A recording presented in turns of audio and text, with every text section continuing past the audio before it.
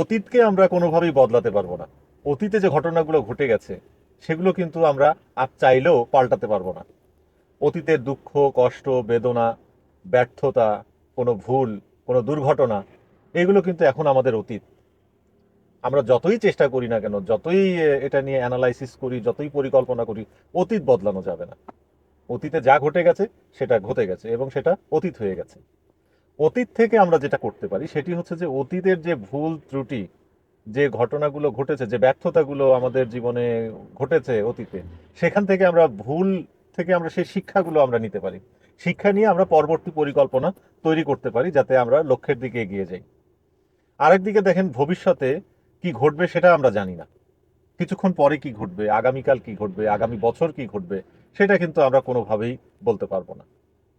ভবিষ্যতের উপরে আমাদের কোনো নিয়ন্ত্রণ নেই। একদিকে আমরা অতীতকে বদলাতে পারবো না, আর একদিকে ভবিষ্যতের উপরে আমাদের কোনো নিয়ন্ত্রণ নেই, ভবিষ্যতে কি ঘটবে সেটা আমরা জানি না।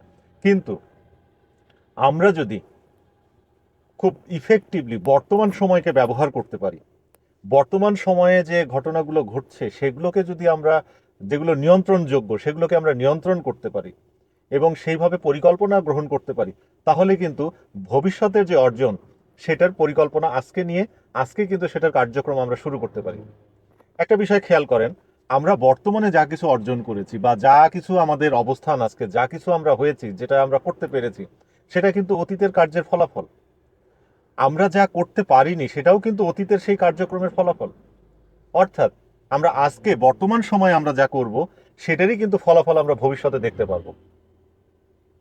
তবে হ্যাঁ, অতীত থেকে যে ভুল ত্রুটিগুলো আমরা করেছি অতীতে, সেই ভুল ত্রুটি থেকে যে শিক্ষাটা আমরা নিলাম সেটা নিয়ে বর্তমান সময়কে আমরা কাজে লাগাবো। বর্তমান সময়কে কাজে লাগিয়ে ভবিষ্যতের কোনো লক্ষ্য অর্জনের দিকে আমরা এগিয়ে যাব। আজকের ভিডিওতে আমার যে মেসেজ সেটি হচ্ছে, আমরা অতীতকে ভুলে যাব, ভবিষ্যতের ওপরে কোনো নিয়ন্ত্রণ রাখার জন্য কোনো চেষ্টা করব না। আমরা বর্তমান সময়কে কাজে লাগাবো, বর্তমান সময়কে কাজে লাগিয়ে আমরা ভবিষ্যতের পথ তৈরি করব এবং ভবিষ্যতের অর্জনগুলো আমরা নিশ্চিত করব। তাহলে অতীত আমাদের কি হবে? অতীতের যে সুখের স্মৃতিগুলো সেগুলোকে আমরা মনে করব না? অবশ্যই করব। অতীতের কোনো ভুল ত্রুটি মনে করে সেটা থেকে আমরা শিক্ষা নেওয়ার চেষ্টা করব না? অবশ্যই করব। কোনো দুর্ঘটনা ঘটে গেছে সেখান থেকে আমরা এখন বর্তমান সময়ে কোনো নতুন পরিকল্পনা করব না? অবশ্যই করব। কিন্তু যে দুঃখ, যে কষ্ট আমাদের অতীতে ঘটে গেছে সেটা তো সারা জীবন আমাদের বয়ে বেড়ানোর কোনো মানে হয় না।